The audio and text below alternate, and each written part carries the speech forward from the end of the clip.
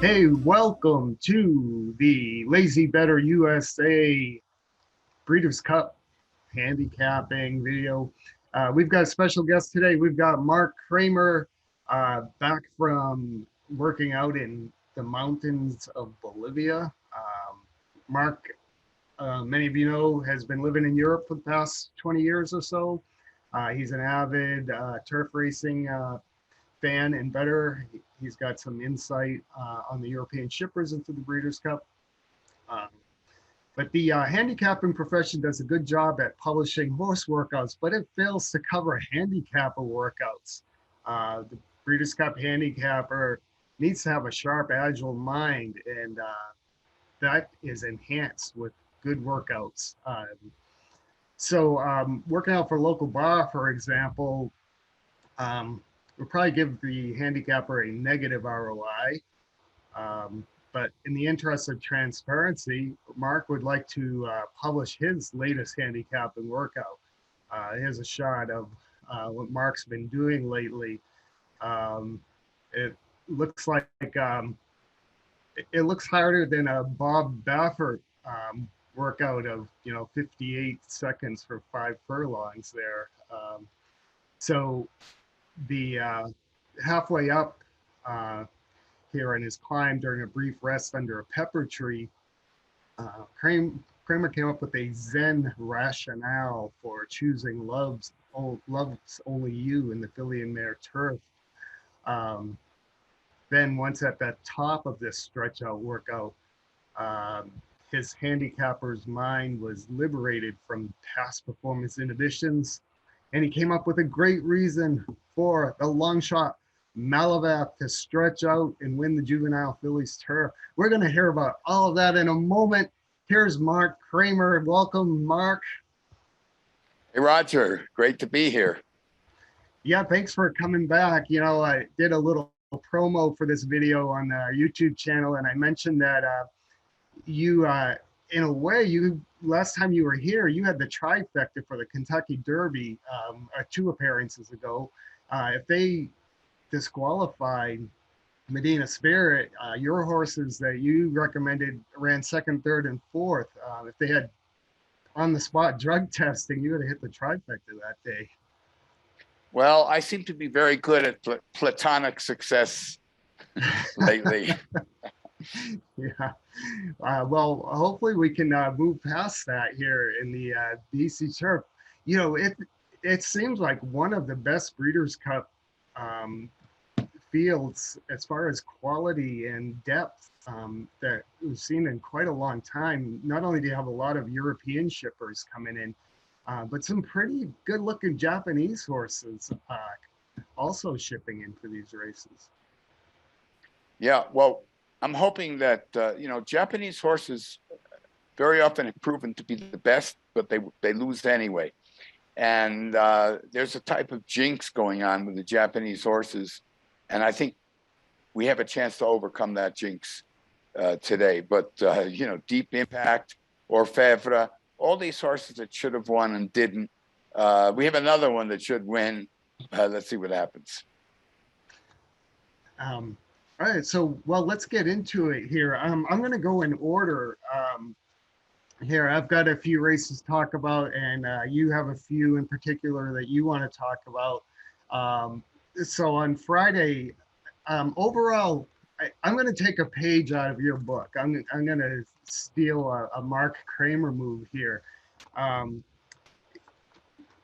Even though there's a lot of really exceptional European horses coming in, the Del Mar Turf Course has the shortest stretch of any major track in the United States. It's kind of it might not be the ideal setup for European. I don't know. You may have examples that contradict that. You have more experience with the French race tracks in particular. But Flavien Prat is winning at 26% on the turf in Southern California. I think if we could break that down into stakes races, he might even be at 30% or higher in victories on the turf. So as far as a jockey angle goes, and I don't usually play this way, I think Pratt has an enormous home court advantage here. He's got a turf course that's a little bit different than what most of these horses have been running on, what most of these riders have been riding on. Um, so I'm gonna be playing Pratt a lot on the turf. And I think Chad Brown might agree with me. Brown has been using Pratt most of the time when he ships to Southern California, and he's doing it again today. I think he even bumped Irad Ortiz off of one of his horses and took Pratt instead. So that's my general view of things. On Friday, we've got the juvenile sprint, 5 furlongs on the turf. That's the 6th race on Friday. That kind of kicks things off, and Pratt's on Time to Party. I say it's time to party, 15-1. We've got 2 European shippers in there that look interesting to me too, Armor and Twilight Gleaming. I sent you an email about Armor. He actually ran a little bit faster at Ascot back in June than Twilight Gleaming, and it was only a 1/5 of a second faster. They both ran in 5 furlong races, and Armor came out of that and won a Group 3 race for $100,000, whereas Twilight Gleaming came out of that and was dropped in class and won at 70,000. So that 1/5 of a second added up to a lot of money. Have you looked at those horses at all, or do you have a opinion about the race courses they were on? Or? Yeah, well, those horses look good, but what I decided to do was to zoom in on the types of races where the Europeans have an advantage, where we can overcome the Pratt barrier. So I've decided to look for especially fillies and mares, because the European fillies and European mares often beat the boys. So when in the races for the boys, American horses, I think, have a better chance to win. So this is why I'm concentrating on the females here. This is another counterintuitive type of thing, but there is some background for that. And there's a character in my novel, Please Hold All Tickets, who thinks this way and goes completely against the grain, but manages to find objective reasons to do so. So he's not just being different, but he's being different for a reason. So I'm concentrating on the races where we have European fillies and European mares.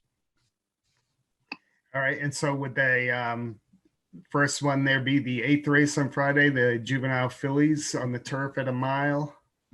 Yeah. Now, in the juvenile fillies turf, again, we have this problem with the course, but that we have to overcome. And the 2 horses I like have a double problem because they're the 12 and the 13, so they're starting on the outside. Now, Malavath is coming from a key race of 6 furlongs, got it all done with only once being whipped, and then just went professionally and beat these other good horses. The trainer, Graffard, in his last 100 races, has a 35% flat bet profit with 24% wins. So you're combining not only a trainer percentage, but an impact value. And I think Graffard is less known yet in the United States. So I think that Malavath is here for a reason. Now, the other horse I like in this race, Mise en Scène, the trainer Ferguson excels with 2-year-olds. I always look at these European trainers. There are other European horses in the same field, but I'm picking out the best 2 trainers. Ferguson excels with 2-year-olds. The horse did not win his last race, but he's 2 for 2 with Murphy, and he's switching back to Murphy. And in his last race, had a terrible, terrible trip, which I'm discarding that race. So I've got 12 Malavath and Mise en Scène, the 13, and I'm applying a strategy that I learned from the Mexican Revolution with Pancho Villa. Pancho Villa, one of the leaders of the Mexican Revolution, when he had to send a message to his troops or to his generals, he would not send one horse rider because he knew that it was very dangerous terrain riding through those mountains with the enemy lurking. So he'd always send 2 horses, 2 riders, to get his message through. So I'm going to send my 2, the 12 and the 13, knowing that one of those might really be impeded by the trip and have to get around the tight turns and have to do the short stretch. But I also think that the fact that Malavath is a sprinter, he can handle a short stretch in this mile race. So I'm going with the 12 and the 13. All right. And my plan in this race is to use your 12 and 13 in win bets, and then throw in the 7 consumer spending, where Flavien Prat rides for Chad Brown. We've got 8-1 on him, 8-1 on Malavath, and 6-1 on Mise en Scène. So no favorites, no low price horses there in a large field. That convinces me, Roger. I think you got a point with Pratt here, and Bettor post, and he knows the course. So I would hate to finish second to the 7. And this is another big subject in Please Hold All Tickets, is the exacta as place bet. I've gotten a lot of letters from people who read this book, who learned how to apply the exacta as place bet. And in this case, having the 7 on top with the 12 or the 13 in second place in the exacta is the type of exacta as place bet. So I'm going to follow that strategy. Yeah, okay. So we have to take a pause here and do a Please Hold All Tickets promo, because I thought I had read everything that Mark Cramer had written, and then he told me that they were republishing his first novel, Please Hold All Tickets. I was like, I missed that one. So I've been reading that, and I've actually been using that exact as a place bet strategy and doing pretty well with it. I have this lifelong, I don't know if it's a disease, but it's a syndrome called seconditis. I'm really good at picking horses who are in form or about to come in form, but not quite there at long prices. So the place bets just never seem to make up the difference. But using those long shots in an exacta, in a key box with the favorite or another horse who's likely to beat the long shot, it has worked out pretty well. So Please Hold All Tickets. It's a novel by Mark Cramer. It's recently republished. It's a great story about 2 handicappers traveling across the country, trying to make a living at the races, all the hijinks they get into, the handicapping angles they use. It's a real interesting handicapping guide disguised as a novel, or a novel disguised as a handicapping guide. Check it out, Please Hold All Tickets. So you can get it on Amazon. It's a fun read. Okay, back to the races. What do you got next, Mark? Well, I've got the filly and mare turf, but before we dig into this, I'd like to point out what you were saying about live long shots finishing second. And statistically, a good live long shot is twice as likely to finish second as to win. So that's another rationale for the exactas place bet. Now, going to the fillies and mare turf, I'm going to mention a few horses, but I have one that I like very much.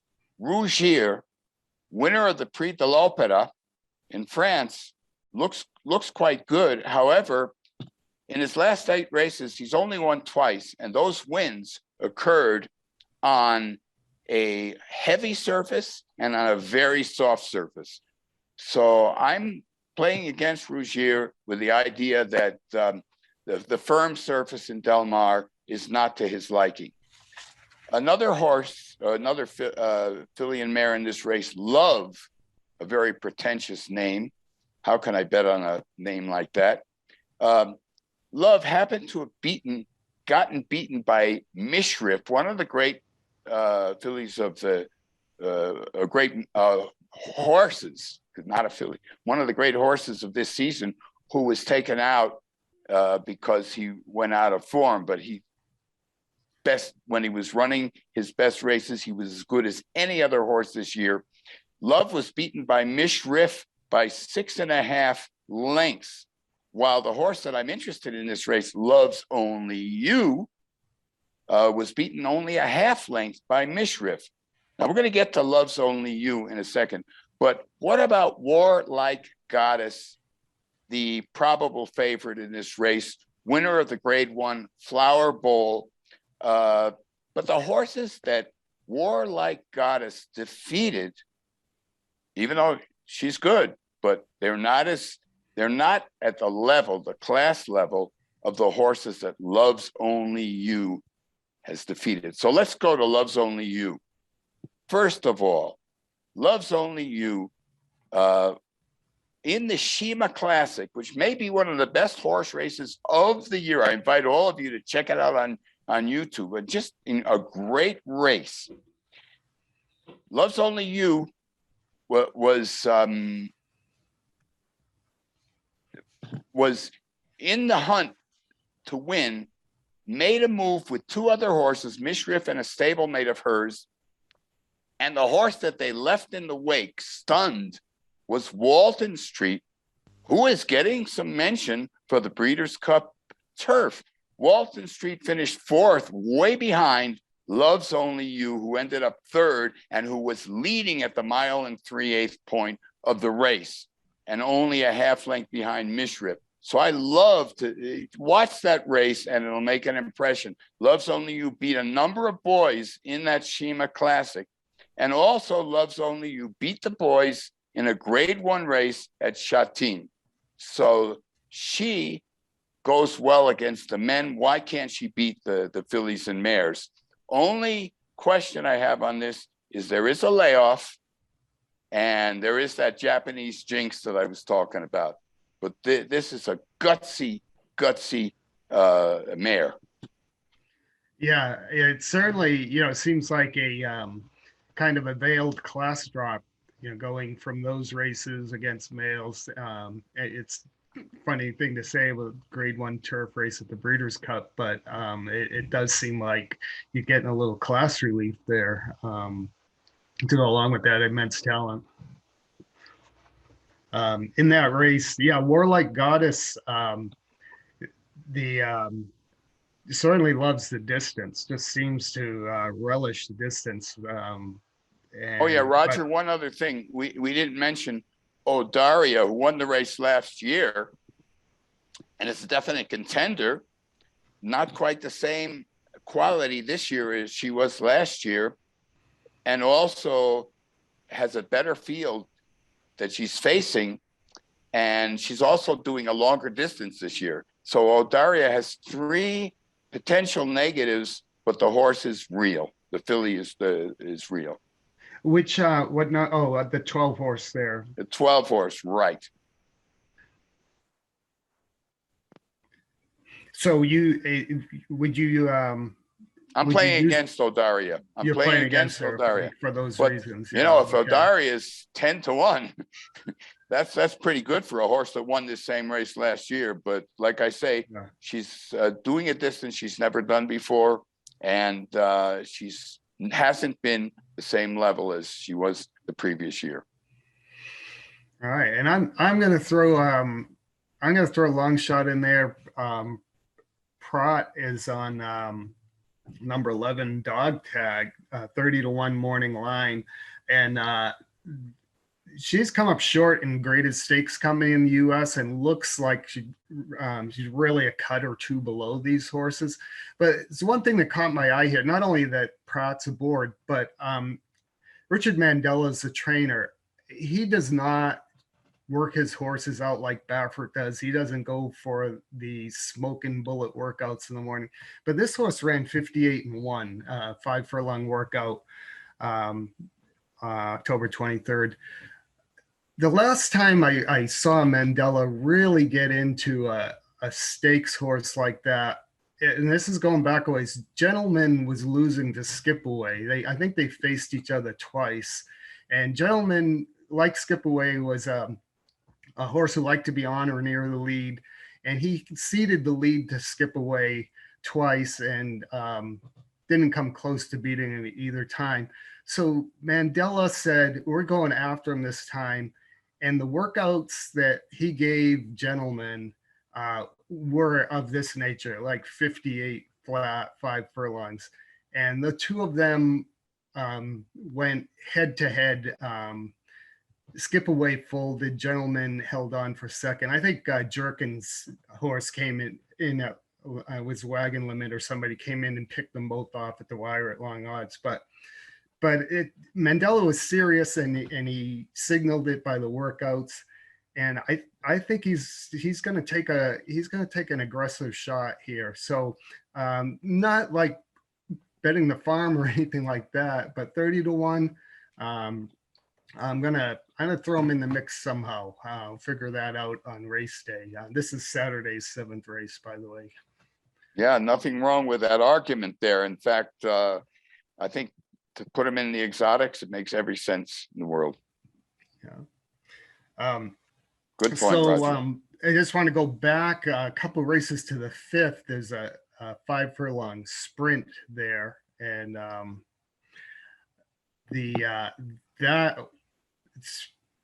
affiliate mare sprint the turf sprint in the 5th is loaded with talent. I mean, you have some European Group 1 winners in sprints coming in.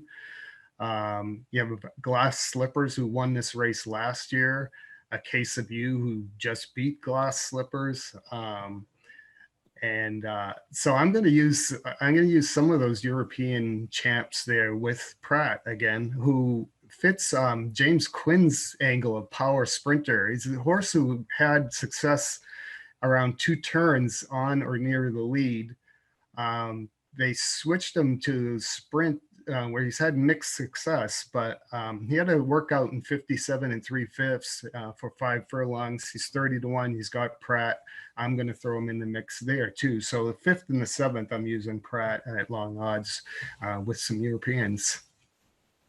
Mark, Roger, I will after we finish this program, I will get on my bike, ride up onto a mountaintop with those past performances, and then hopefully I will be inspired to come up with something in that race, tough race. Yeah, it's really I kind of look forward to that race just because the talent lined up in there is phenomenal. So I think that leaves us pretty much with the Classic. Was there another turf race? The turf, the Breeders' Cup Turf. Oh, the Breeders' Cup Turf. Yes, of course. There it is. All right. What do you? That's the 11th race on Saturday. Breeders' Cup Turf at 1.5 miles. Who do you like, Mark? All right. Well, I've got 4 horses I'd like to talk about in this race, and of course, Tarnawa, number 13, has the class and the experience, and we have to recognize that this is a legitimate favorite. So if you come up with a long shot in this race, then the Exactas place bet playing that long shot under Tarnawa makes every sense in the world. Okay. Now the other horses, Sisfahan, the 9 horse. I've got 2 angles on this horse. I study these European trainers and nobody else pays attention to it. We've got this guy, Henk Grew, who has a flat bet profit over the last couple of years as a trainer. He's under the radar completely. And his horse, Sisfahan, finished 1 length behind the Arc de Triomphe winner in the Baden-Baden Grade 1 race. in Germany. So he was one length behind Torquator Tasso. Now that puts him in the same picture as Tarnawa, who also lost to the same German horse. So Sisfahan looks like an incredibly interesting long shot. Problem here is that he goes all the way wide around to win his races. And in Del Mar, you better not be sitting near the rail while this course is coming, or you might get swiped. Your camera will be knocked off your hand. But I'm interested in Sisfahan. I'm also interested in Teona, another filly who has beaten the boys. Watch her Prix-Vermeil. You can see that on YouTube, and watch that lane change that Teona did. I love this, the fact that they're going for Teona's best distance. This is a 12 horse. My question is the rider Aidan has not won with the horse before. And finally, this could be a real big long shot, is Japan. Now here's the angle on Japan. Look at the Sword Dancer. That was at Saratoga, right? Sword Dancer. And Japan would have easily defeated Gufo in that race. He had nowhere to go, had to change lanes. Terrible, terrible trip. And he almost won anyway. He was solid and sharp in that race. If he'd have won that race, he'd be one of the favorites in the Breeders' Cut in the turf. Next time out, he appears in the Joe Hirsch, but Ryan Moore, his jockey, stays home in Europe, and they send this guy Lorden to replace him. Lorden was 0 for 3 on Japan, and I said to myself, man, they don't care about this race. They just want to put a race in this. So I would discard that last race by Japan, and from the 14 post position, Aidan O'Brien with Ryan Moore, who wants to make amends for the terrible trip he had in the Sword Dancer. I think Japan has a chance to be right there in the exotics. So I've got 4 horses, but 3 of them are facing a legitimate favorite in Tarnawa. Wow, yeah, that's like another race loaded with talent. You also earlier, when we were talking about another turf race, you mentioned Walton Street, who is also in here, right? Yeah, number 7.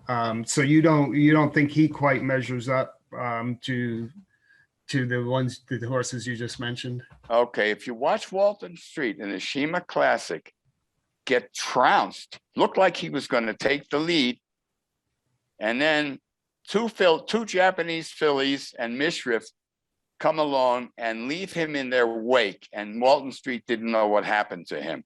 He was KO'd. He still finished 4th in that race and beat some good horses.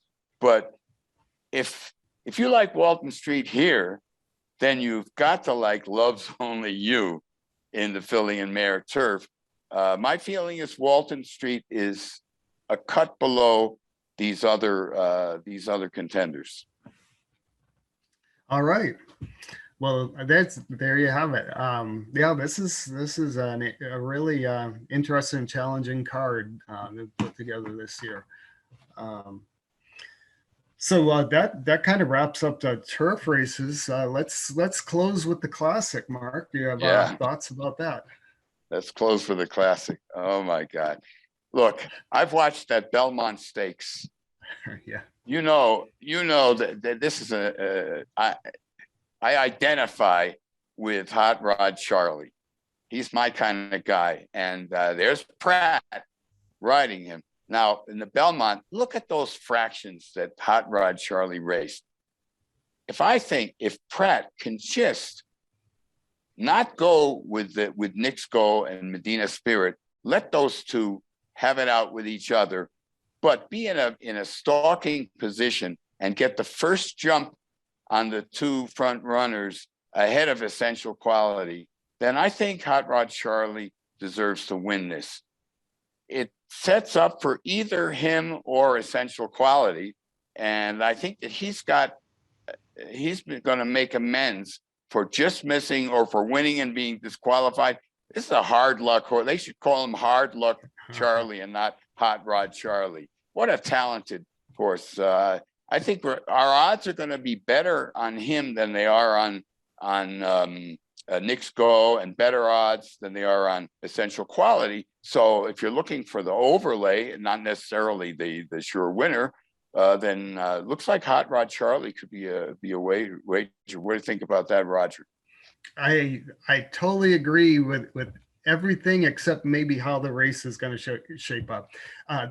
This is a good field. This is you have what by my measures, by my pace measures, several true grade 1 horses, classic distance here, including Art Collector and the ones you mentioned.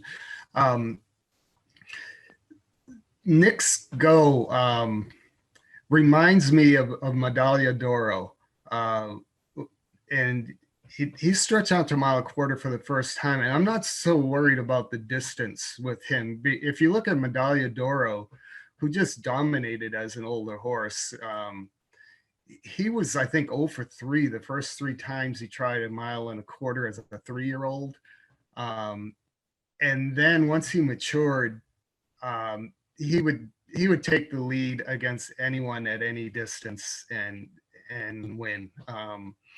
And it looks like Knicks Go is kind of on the same trajectory, where he's really, as he has grown older and matured physically, has just become a monster.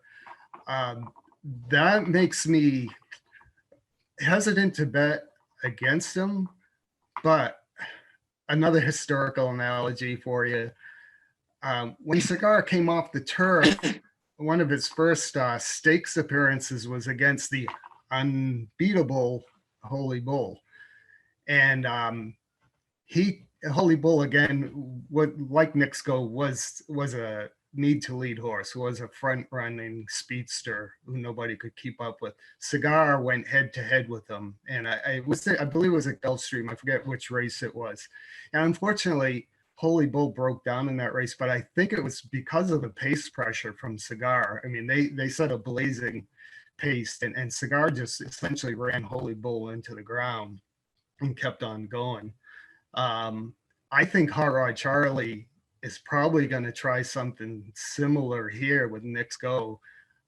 If you look at Doug O'Neill's history, after Nyquist won the Kentucky Derby, they went into the Preakness, and O'Neill told his jockey, just go. No matter how fast you have to go in this race, no matter how fast the paces go, send them. And that turned out to be a mistake with Nyquist. But I think Hot Rod Charlie's a better horse. And I also had a friend commenting on how he believes that Hot Rod Charlie just doesn't like Midnight Bourbon. That there's something about that horse that pushes his button that makes him want to attack him. I don't necessarily believe that, but I think it shows maybe that Hot Rod Charlie's a really aggressive horse. Like he's a nasty guy, and once he's got a target, he goes after it and he doesn't stop. So I really like that class. And I keep wanting to call him Classic Empire. Essential Quality, again, just even his races after the Belmont, they're slow, and he's just barely winning these slow races. I think call me crazy, I still think he's overrated. I think there's money to be made here betting against him, and Hot Rod Charlie would be my selection. Yeah, I think there's a chance if Hot Rod Charlie doesn't go after Knicks Go, I think that Knicks Go runs away with it, but I think O'Neill's going to go. He's going to be aggressive here. Yeah, well, what will happen why did Hot Rod Charlie lose the Belmont? Distance. Wasn't it because of those fractions? No, it was the distance. Essential Quality has the breeding for a mile and a half. We've seen those Tappets win again and again in the Belmont, and and Hot Rod Charlie doesn't quite have that breeding for that type of marathon, and for him to do as well as he did in the Belmont, it actually shocked me. After I think it was someone from the Daily Racing Form pointed out, I think it was the fastest opening quarter ever of the Belmont, and Hot Rod Charlie also ran the second fastest closing quarter. So it's Amazing. it's like phenomenal. And it wasn't his, it's certainly not his best distance. And if you were to ask these trainers, would you rather this race be 1.5 miles or 1.25 miles? Doug O'Neill would say, yeah, I like it being 1.25 miles. Whereas Brad Cox would be saying, no, give me 1.5 miles. We'll beat anybody. Good point. Great point, Roger. Yeah. So that's a wrap. That's it. We've got it. All we got to do now is cash tickets. All right. And even if we have Exacta's place bet, that could make a big score anyway. Yeah. So I want to thank you, Mark, for coming back and doing another in-depth look. And the insight into European horses. Boy, that's I've been doing a lot of reading and looking around, and haven't seen anyone go that deep. So I really appreciate your perspective on that. I'm sure our viewers do too. And if you want to get more of Mark's perspective on racing, pick up a copy of Please Hold All Tickets. Very enjoyable read. A lot of good handicapping stuff in there. I'm Roger LeBlanc for LazyBettorUSA.com. My guest today was Mark Cramer, author of travel books, bicycling books, handicapping books, and great novels. Thank you, Mark. Thanks so much, Roger, and good analysis on Pratt as well.